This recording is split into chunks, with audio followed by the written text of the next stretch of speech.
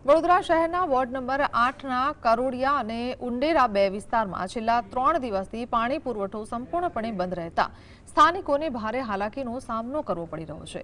તંત્રની બેદરકારીના કારણે આ વિસ્તારોમાં હાલ ટેન્કર રાહ જોવા મળી રહ્યું છે।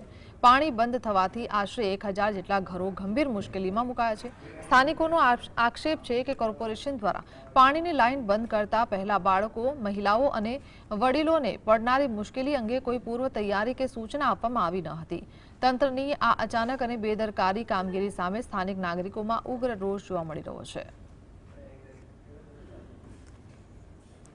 તો આ કોર્પોરેશનની જવાબદારી છે। કોર્પોરેશને વિચારવું જોઈએ કે તમે કોઈ જગ્યાની લાઈન બંધ કરો છો તો એ લાઈન આગળ કેટલા ઘરોમાં જાય છે અને ઘરોમાં જ્યાં સુધી તમે બીજું પાણી નહીં પહોંચાડો તો એ ત્યાંના લોકોને કેટલી તકલીફ પડશે એ તકલીફનું થોડું ધ્યાન આપવું જોઈએ। ફક્ત ને ફક્ત વેરા ઉઘરાણી કરવાની જે વિચારધારા છે એ બદલવી।